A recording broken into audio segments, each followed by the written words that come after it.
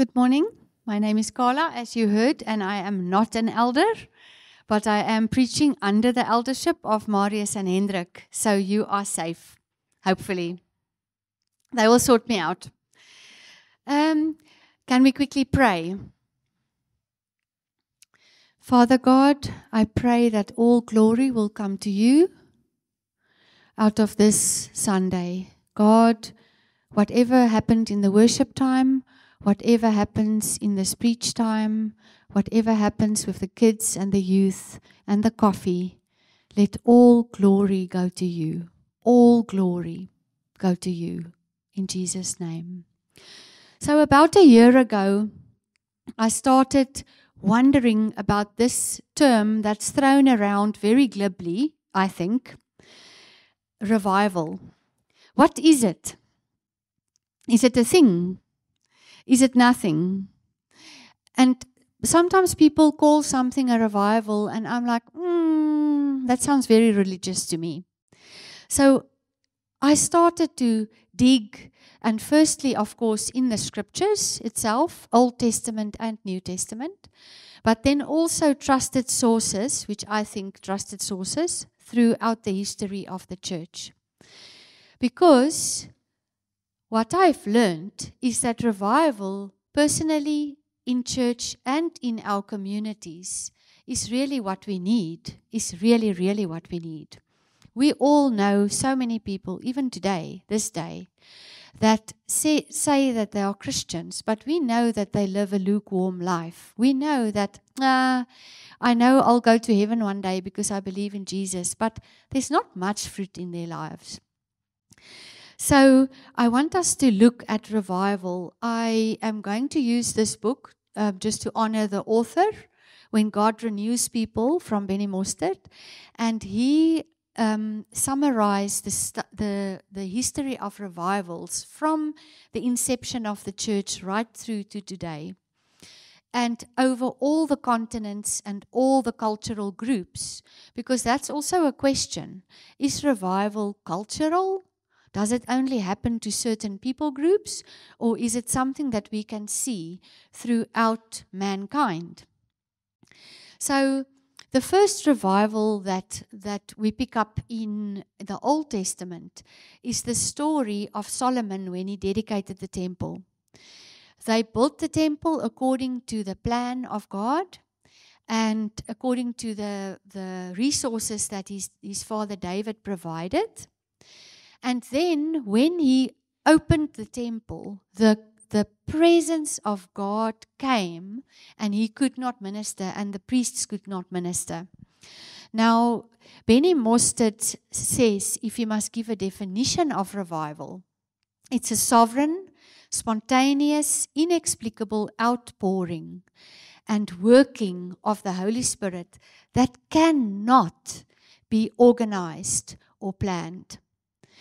Duncan Campbell says it is a people saturated with God. If you think of a sponge that you bring out of a bucket full of water and the water just streams out of that sponge, that's revival. A people saturated with God. And the areas, the impact in the short term of a revival. If you can think of our South African swart driepoort potjie, our potjiekos pot, it has 3 legs. For revival to truly be revival, it has to have all 3 legs. Otherwise that pot will tip and the potjiekos will be wasted in the ash. Those 3 legs, the first one is personal revival. And personal revival is a deep conviction of sin. A deep, deep conviction that even if I'm just a little bit off, I am so convicted to bring my life back into the absolute word and ways of God. And coupled with that is a deep revelation of God's love for me and also an assurance of salvation. That thing is settled. In revival, that thing is settled. I know that I'm a child of God, and I know where I'm going. So those three things is a little mini black pot inside the big pot. So on a personal level, it's those three things: a deep conviction of sin, a deep revelation of God's love, and an absolute assurance that I am God's child. That's personal revival. Secondly is revival inside the church. And inside the church, it's a marked love for one another and a marked reality of church. That church is important to the people, that people come to church, they stream to church. That is a sign of revival. And not here and there, but more and more and more and more and more regularly. And then the third leg of the pot is social reform. In a real revival, there's always social reform because the poor is always on God's heart. So there's more jobs created, the prisons become empty, violence cease, crime cease, drunkenness cease, addiction cease, prostitution cease, the spirit of lust leave a town. There's an absolute evidence of social reform. That's the third leg of the pot of revival. Now back to Solomon. When King Solomon rededicated the temple, all three of those things were evident. The poor ceased in the land. Under Solomon's reign, in that time of the temple, all the priests, all the people were rededicated to serving God. So there was personal revival, revival of the church, in their case the temple, and also social reform on every level in the nation. Now jump to the New Testament in the book of Acts. In Acts 2, we see a revival in the church happening. And the same three things happened. Personal revival, people were cut to the heart.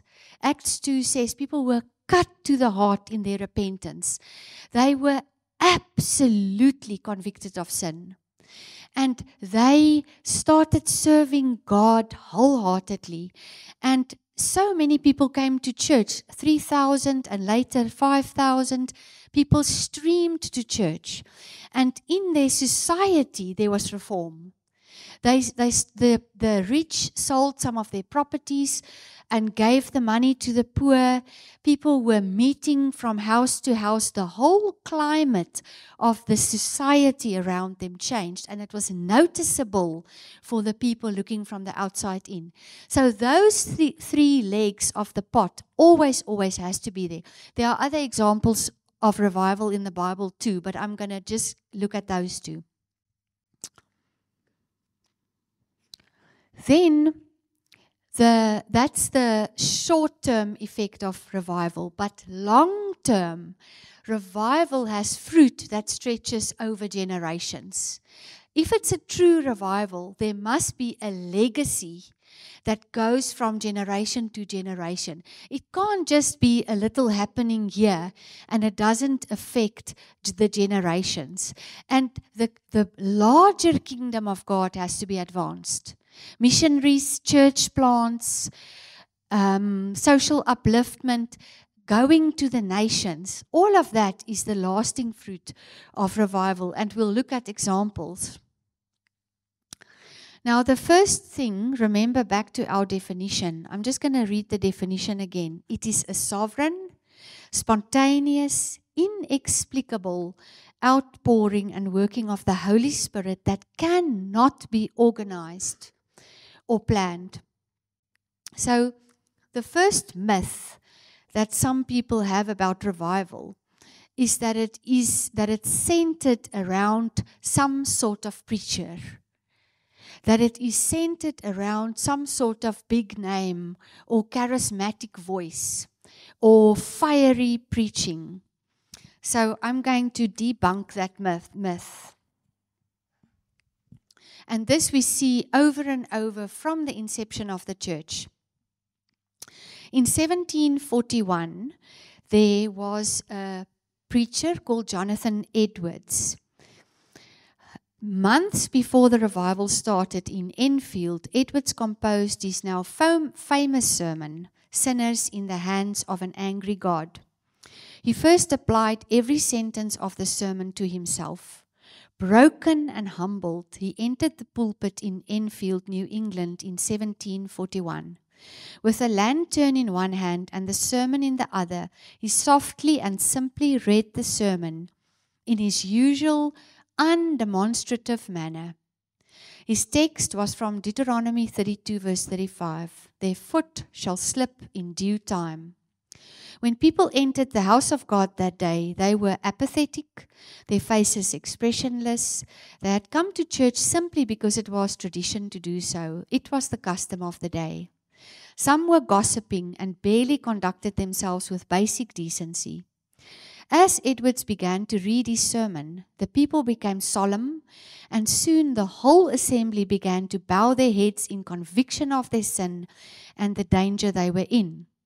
There was such distress and weeping that Edwards was forced to speak up and ask for silence so that he could be heard, but it was impossible.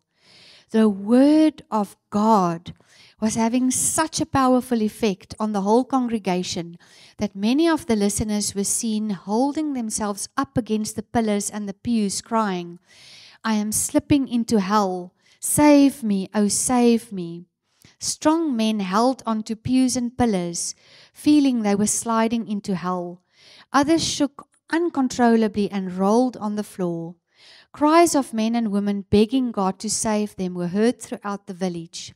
500 were converted that night, sparking a wave of revival that brought thousands into the kingdom. Revival is not linked to a big name.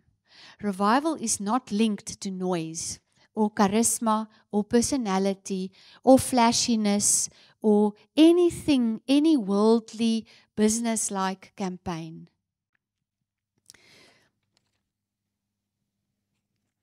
So what are the keys for revival then? So the one that is seen consistently, and I'm going to do a follow-up of this preach, specifically focusing on South Africa. Consistently is prayer, prayer, prayer, prayer, prayer. Personal prayer and corporate prayer, and also churches praying in unity. So I want to read you a little thing.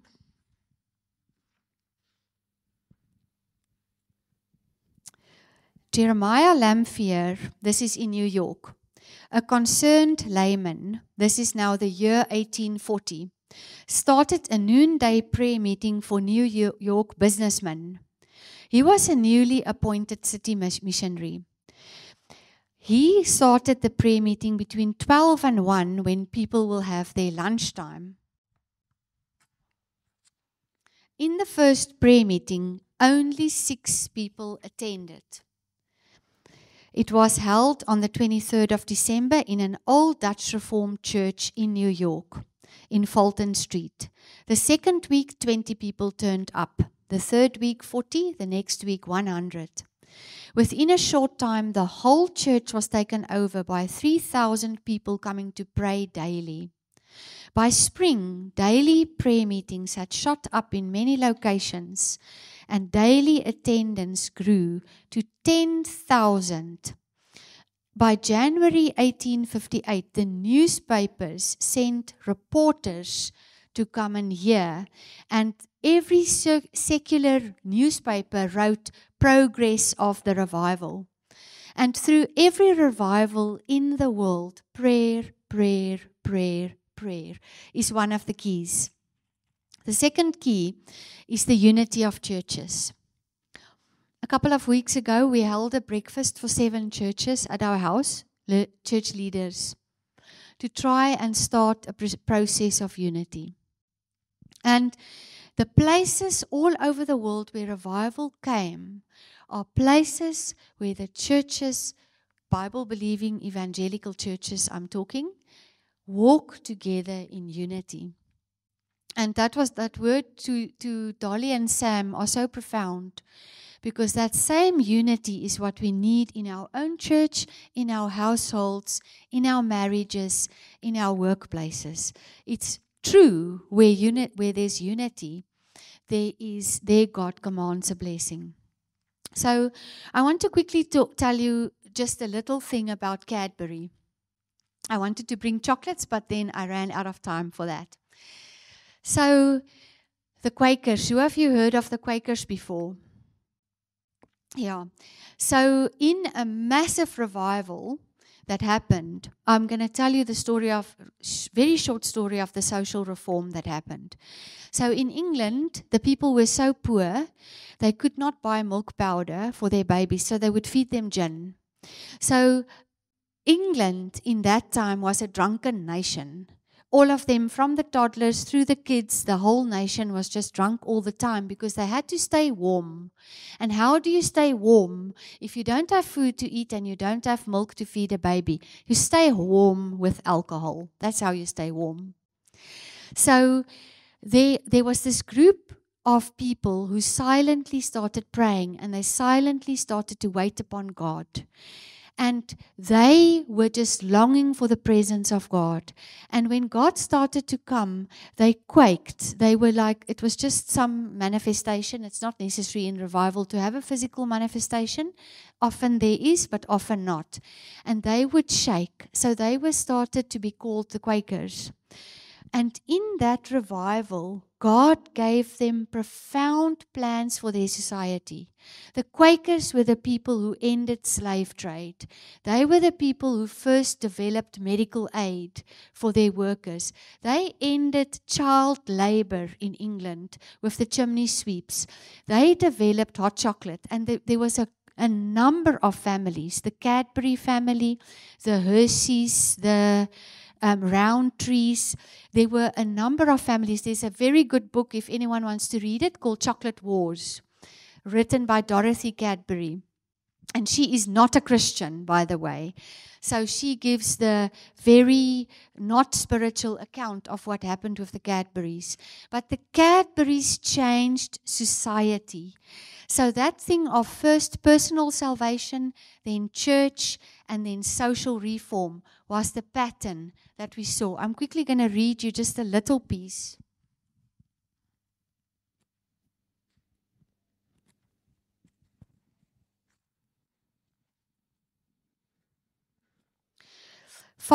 George Fox, he was a famous Quaker, and his followers often held silent meetings. They would gather and without preaching, simply pray and wait upon God. Often the Holy Spirit just fell upon them. Angry listeners would often whip and beat them and drive them away. Fox was imprisoned 36 times and spent a total of 6 years in prison. He sought to set an example by his actions in prison, turning the other cheek when being beaten and refusing to show any resentment towards his captors. The Quakers taught that slavery was an evil practice, and they were the first people in America to free their slaves. They brought much reform. Oh yes, you will see that some products have a fair trade sticker. And fair trade means the buyer gets a fair price for their raw product and the seller sells it for a fair price. Fair trade was started by the Quakers. They were exceedingly involved in economy. Through their work, they pioneered reform in prisons. They propagated equality of sexes and gave equal place for women. They started to introduce hot chocolate. A Quaker doctor, as a substitute for alcohol. A Quaker doctor, Thomas Dimsdale, introduced a vaccination against smallpox and is also regarded as the father of antiseptic surgery. The Quakers applied their faith in daily life and addressed the needs of society. These reforms took place because their study of Scripture brought them to a place where they understood God's love and compassion for all people. For 50 years, Fox and his followers crisscrossed Europe and America. Many people, tired of formless and lifeless religion, became part of the Friends, as the Quakers were known. But they completely transformed society as we know it. So, remember I said, if it's a true revival, there will be a legacy left across the world.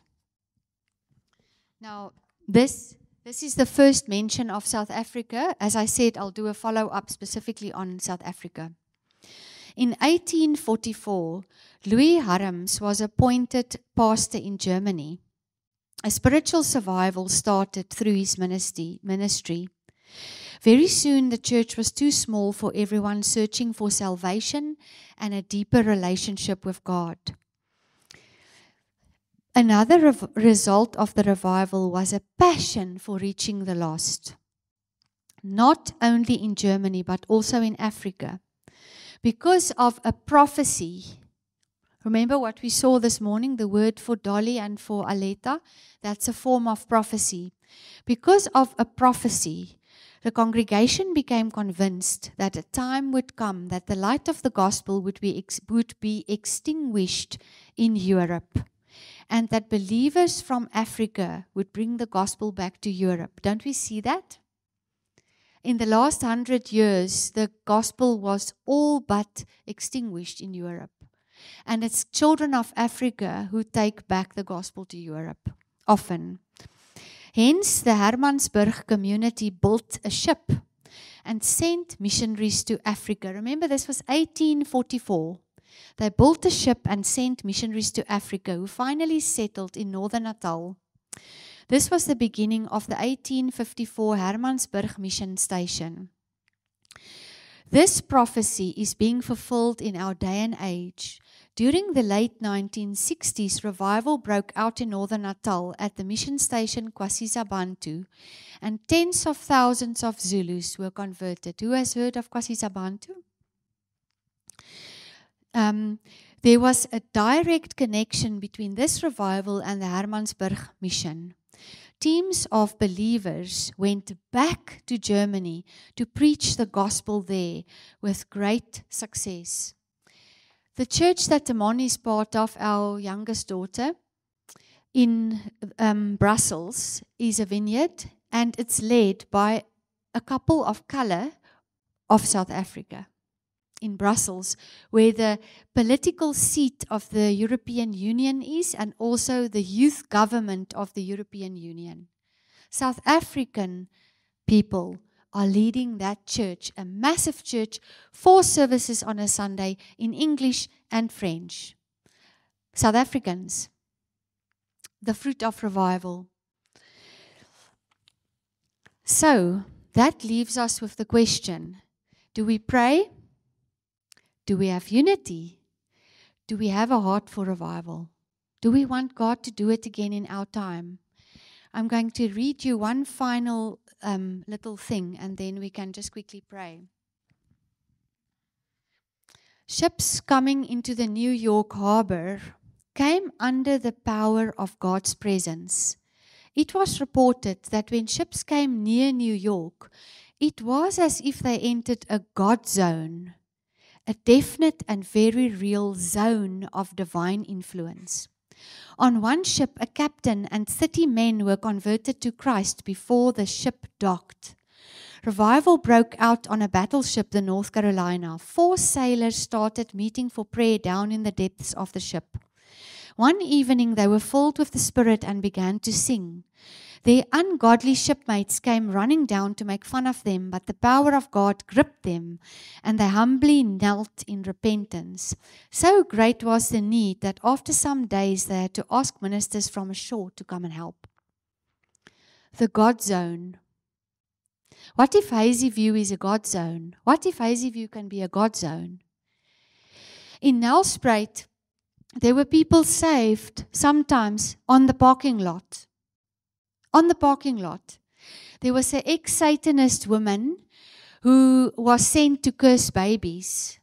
She was saved on the parking lot. She couldn't enter the church because the worship caused her physical pain. We were deacons at that time, and all the lady deacons were on watch and trailed her, and she was not allowed to get to any pregnant woman. She was not allowed to come anywhere near a pregnant woman, for in case she was still tempted to put a curse on a pregnant woman. But that was a God zone. She couldn't enter the worship. She had to wait until the worship was done every Sunday, and then she could come in for the preach, but she couldn't handle the worship. What if we can become a God zone? So we've got one corporate meeting of prayer a month. Can we make an effort to be there? One corporate hour and a half a month.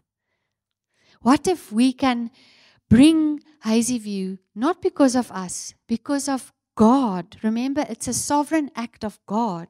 But we can position ourselves, we can align ourselves.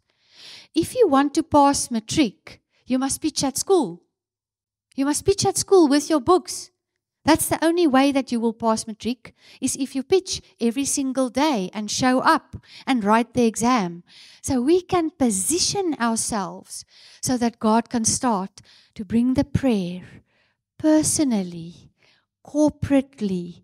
How do we look at our city? The crime, the violence. What is the spiritual atmosphere like? What do we allow in the spiritual atmosphere over this town?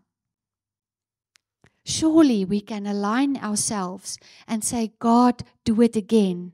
The word in Hebrews, the word for testimony, that word testimony says, do it again, God, do it again. That can be the cry of our hearts. Do it again, God, do it again. So I'm going to pray for us, and if you have any specific needs, please come forward if you want healing or salvation or help with whatever. And otherwise, we'll go and have coffee. But I'm urging you, let's look at our own lives and see how we can adjust. How we can adjust. And can we give 1.5 hours a month to the corporate prayer meeting? Father God, bring the conviction, not condemnation, just conviction. Stir our hearts, God. Stir our hearts. Stir our hearts, God. And bring the change. I'm just reminded of Hendrik's father that also planted a church in Belgium years ago where he was born. Also a child of Africa returning to Europe to bring the gospel. What? We can stand amazed, God, where you often say to us, you haven't seen anything yet. You ain't seen anything yet. God, stir our hearts for the gospel, for prayer, for the lost, for business, for social reform in our town. In Jesus' name, amen.